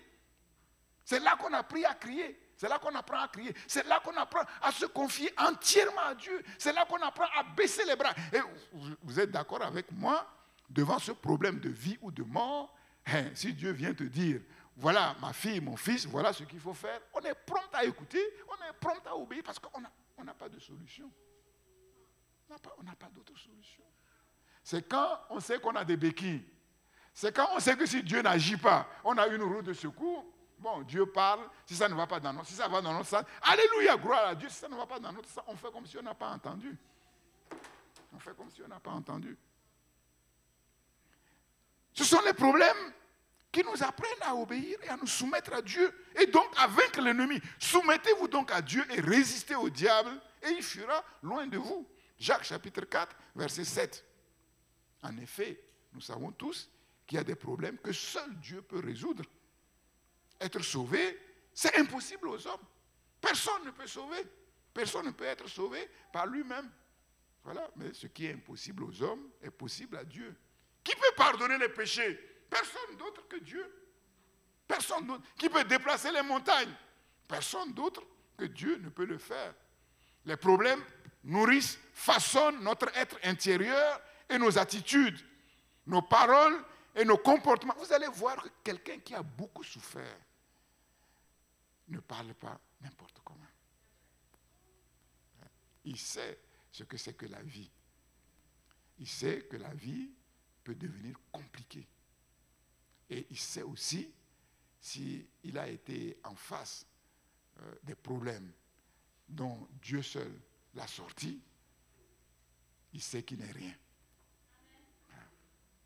Et quand il dit « je ne suis rien », ça vient du cœur. Ça vient du cœur. Les problèmes nourrissent, façonnent notre être intérieur, nos attitudes. Ça nous rend vulnérables. Nous apprenons l'humilité. Nous apprenons l'humilité. On a l'impression que les hommes forts, que Dieu approuve, que Dieu a béni, ils n'ont pas de problème. Mais c'est faux. C'est complètement faux. Ils ont plus de problèmes que tous les autres. Plus Dieu élève quelqu'un, plus cette personne a des problèmes. Ses ennemis sont plus nombreux. Vous êtes d'accord avec moi que quand vous êtes dans l'ombre, là, dans la vallée, personne ne vous remarque. Mais si on vous met sur le sommet de la montagne, où il y a très peu, là, tout le monde vous voit. Il y en a qui vont vous aimer, mais malheureusement, quand tu es sur la montagne, les ennemis sont plus nombreux que les amis. Accepter les problèmes sans nous y soumettre nous rapproche de Dieu et même de notre prochain. Accepter nos problèmes sans nous y soumettre nous rapproche de Dieu. La seule personne qui nous empêche de nous soumettre aux problèmes, c'est Dieu. C'est Dieu. Nous apprenons à chercher la communion avec Dieu, à chercher à être en bonne relation avec Dieu.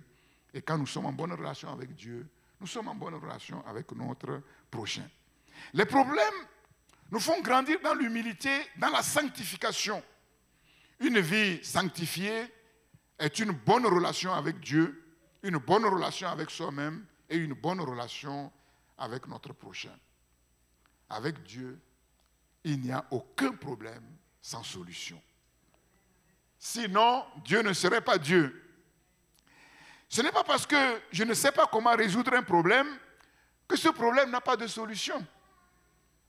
Un problème n'a pas de solution aussi longtemps qu'il n'y a personne qui soit capable de résoudre le problème. Le besoin d'arrêter le soleil dans sa course pour remporter une guerre a été de tous les temps un problème insoluble jusqu'à Josué. Jusqu'à Josué. Et Josué a parlé à la lune, Josué a parlé au soleil, et le soleil s'est arrêté. Mais avant ça, c'était un problème insoluble. Un problème insoluble. Si vous avez la foi de Dieu, la vraie foi, qu'est-ce que Jésus dit?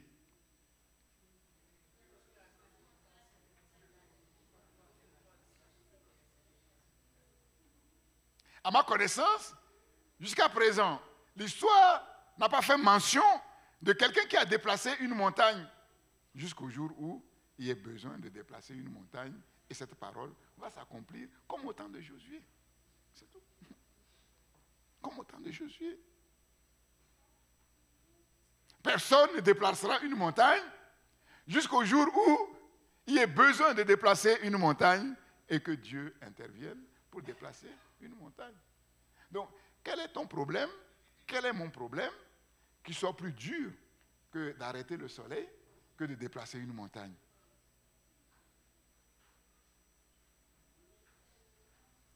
Celui qui dit à cette montagne, déplace-toi et jette-toi dans la mer, s'il croit que ce qu'il dit arrive et il ne doute pas dans son cœur, ça s'accomplira. Ça s'accomplira. Ça s'accomplira. Donc ton problème, mon problème, a une solution devant le trône de la grâce de Dieu. Et si le Seigneur tarde, il sait ce qu'il fait. Ou bien, il veut nous faire grandir dans notre foi, on pense qu'on croit, mais ce n'est pas encore ça. Ou bien, ce n'est pas encore le temps. Mais pendant ce temps-là, en attendant que les choses soient bien calées, Dieu sera avec nous et il ne nous abandonnera pas. Nous aurons de quoi vivre. Le diable ne pourra rien faire. Les problèmes ne nous terrasseront pas parce que, en fait, nos échecs ne viennent pas du fait que les problèmes sont coriaces. Non, ce n'est pas du tout ça. Qu'est-ce que tu voulais dire?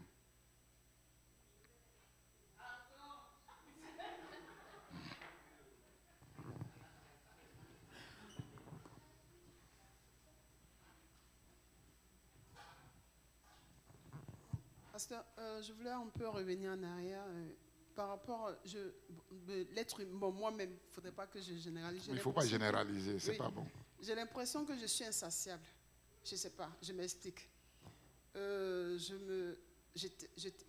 J'étais seule à la maison.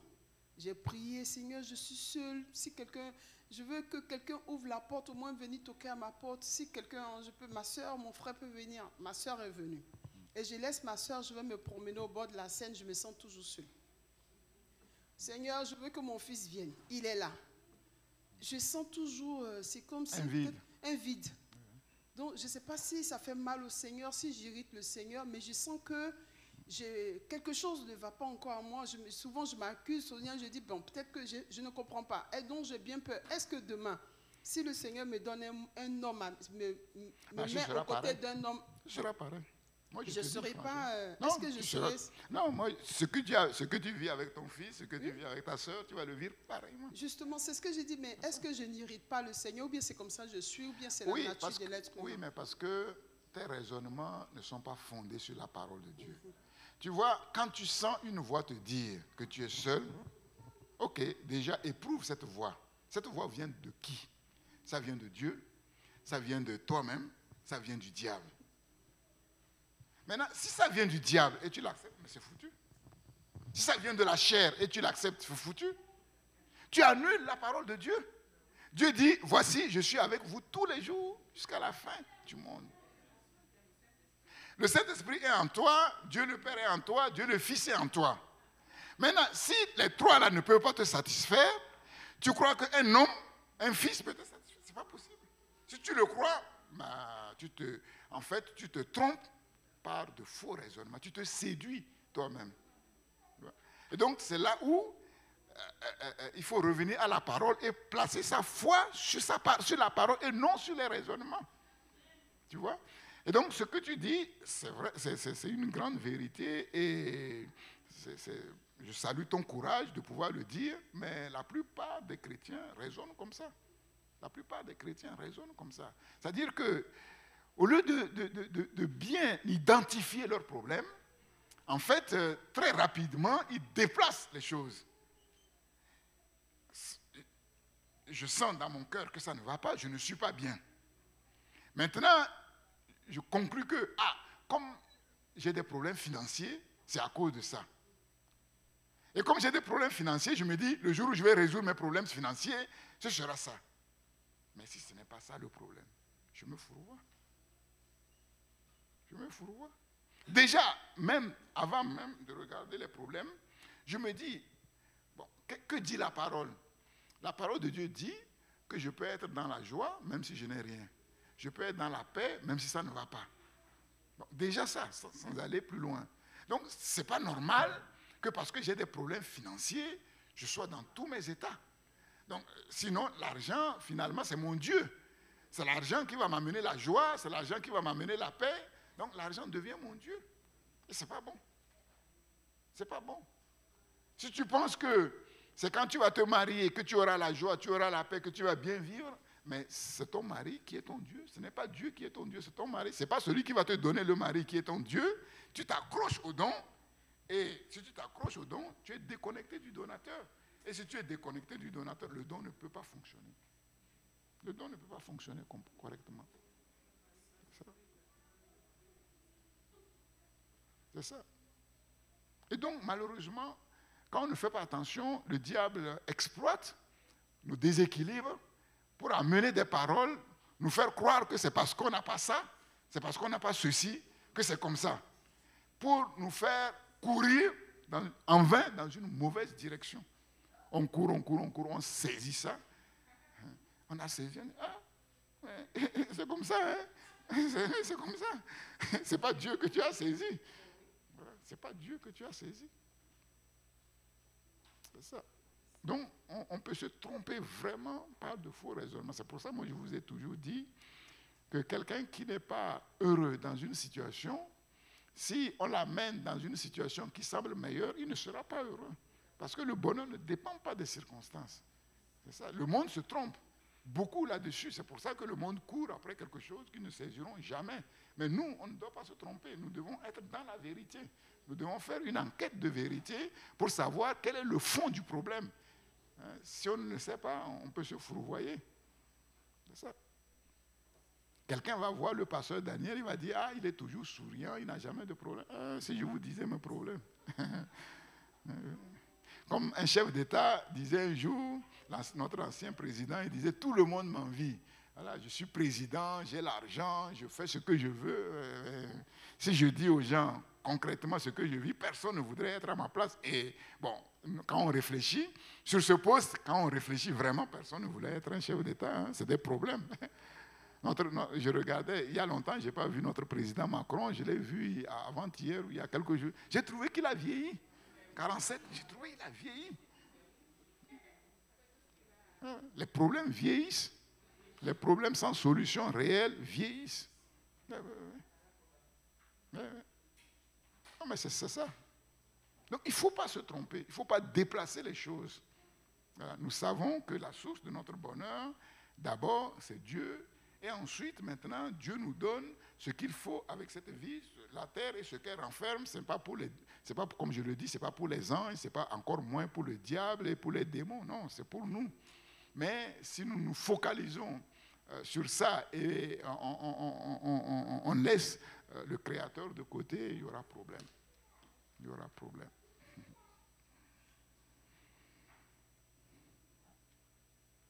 Donc, ne baissons jamais les bras devant les problèmes.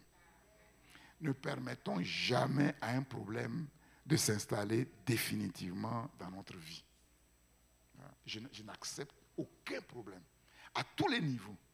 Dès que j'ai un problème, moi je vous dis franchement, à tous les niveaux, que ce soit sur le plan physique, moral, spirituel, quand j'ai un problème, quand j'identifie un problème, il faut que je le résolve. Je ne passe jamais à quelque chose sans résoudre ce problème. Je me rends compte que j'ai pris 2 kilos et que ce n'est pas bon. Moi, je ne dis pas, ouais, j'ai pris 2 kilos, je suis encore en forme. Ah non, je sais que si je ne résous pas ce problème de 2 kilos, ça va passer à 3, et de 3, ça va passer à 4, et ça ne s'arrêtera pas. Je dis non. À partir du moment où j'identifie le problème, il faut que je le résolve. Toute ma pensée, ma prière se focalise sur le problème. Parce que si je laisse le problème s'installer, mais c'est fichu. Parce qu'il n'y a pas que ce problème-là, il y a d'autres problèmes. Bon, celui-là, il va s'installer. Après, l'autre va s'installer. Et puis après, l'autre va s'installer.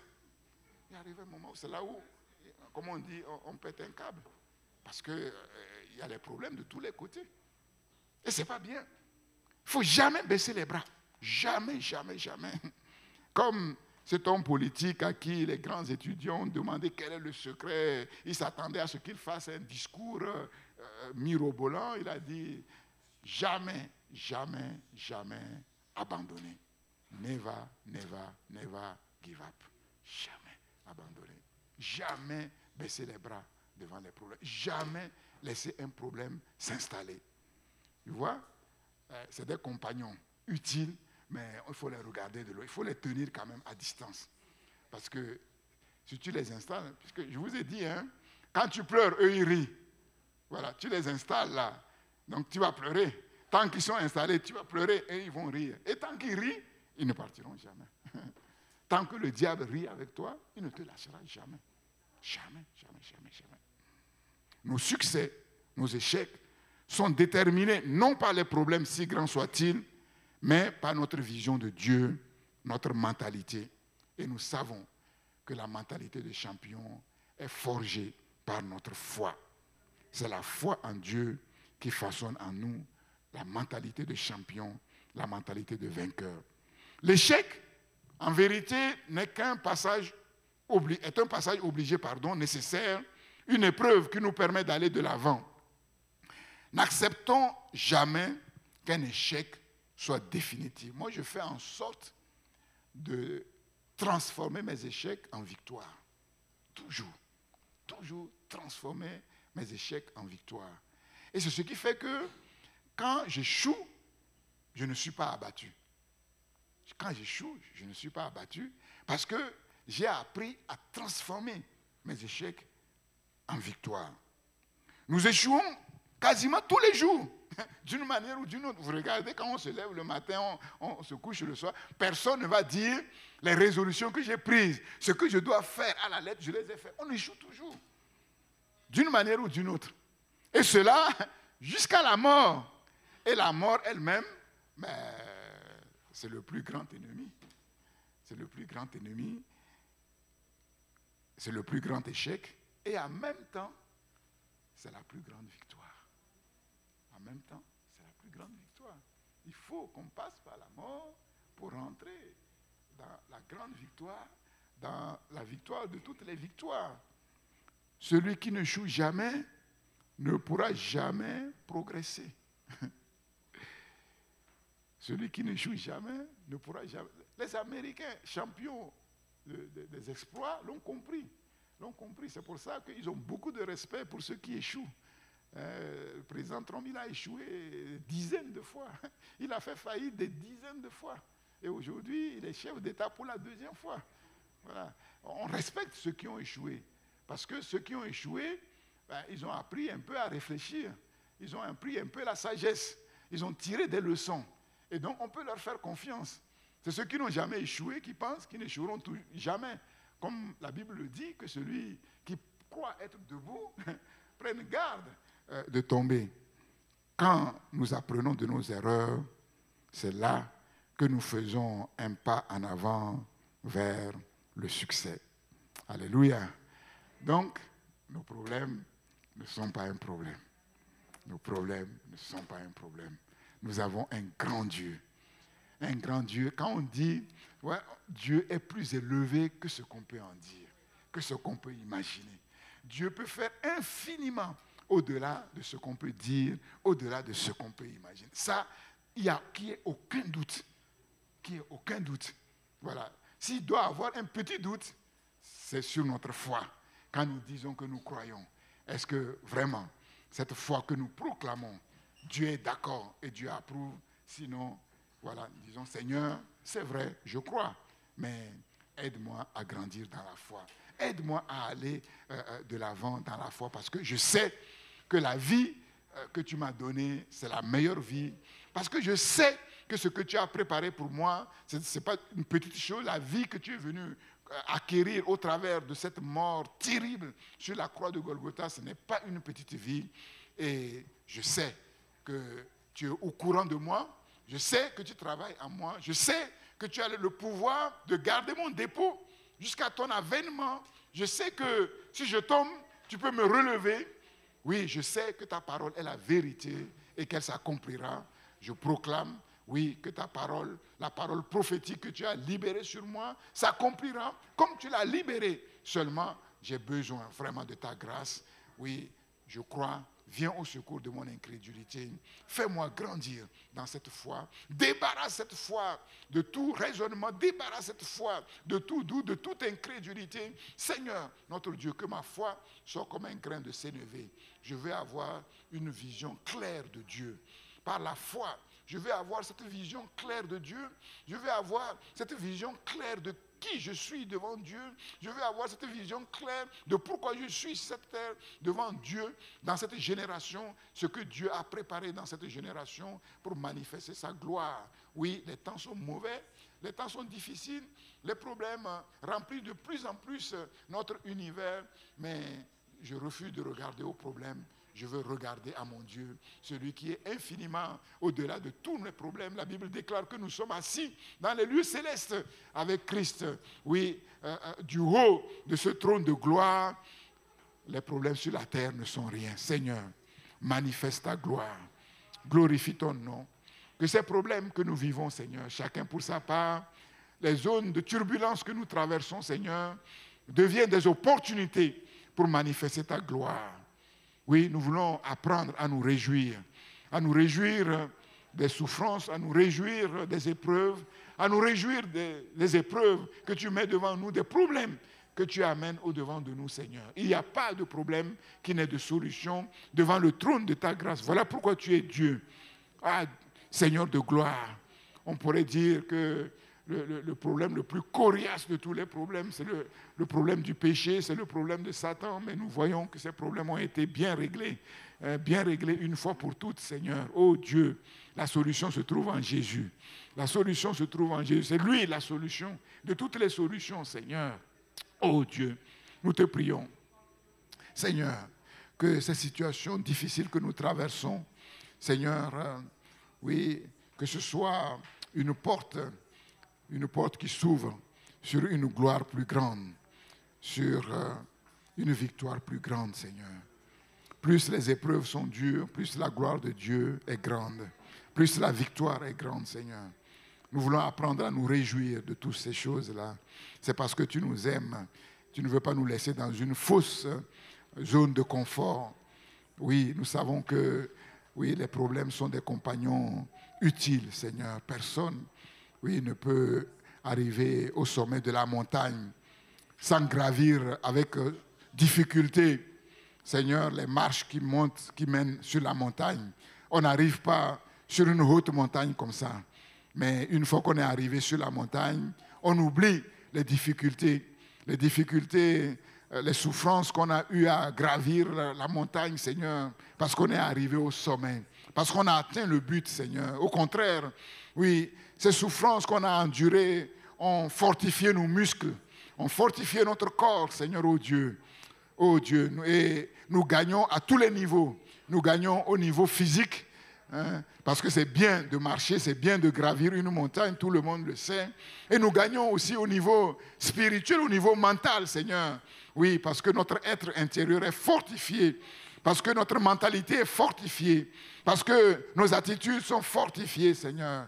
Oh Dieu, oui, nous voulons te remercier pour toutes choses. La Bible dit, nous enseigne à rendre grâce à Dieu pour toutes choses, et même pour les choses mauvaises, Seigneur.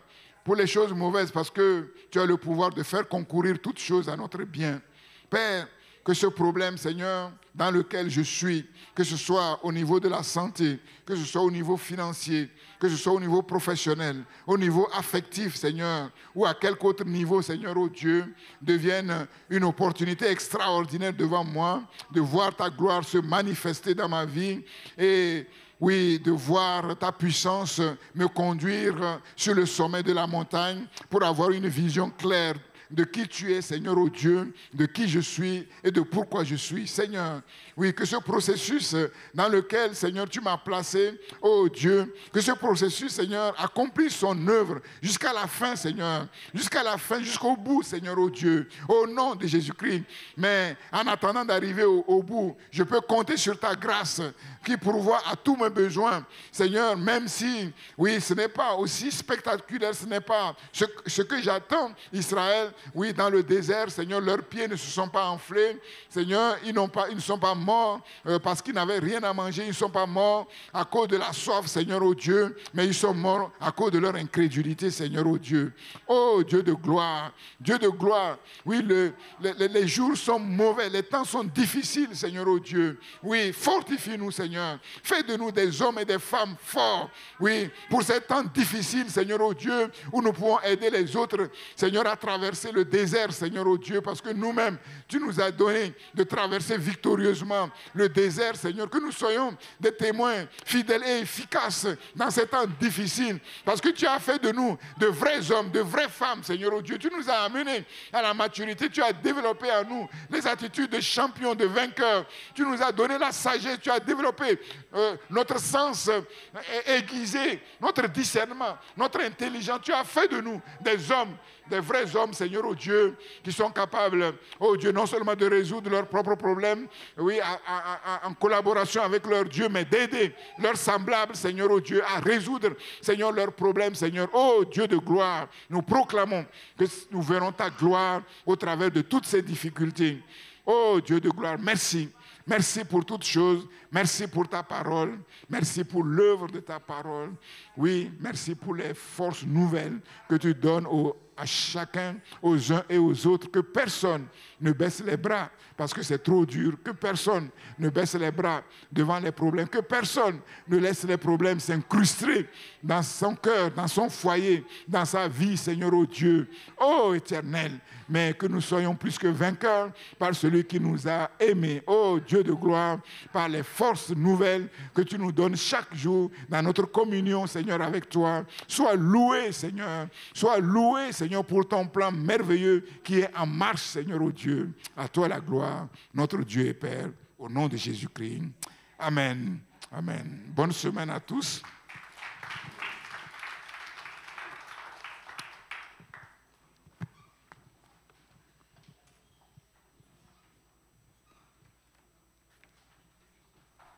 Notre culte en ligne est maintenant terminé. Merci à tous de nous avoir suivis. Vous pouvez nous suivre sur christpourlesnations.com. Nous vous souhaitons une excellente semaine. À dimanche prochain.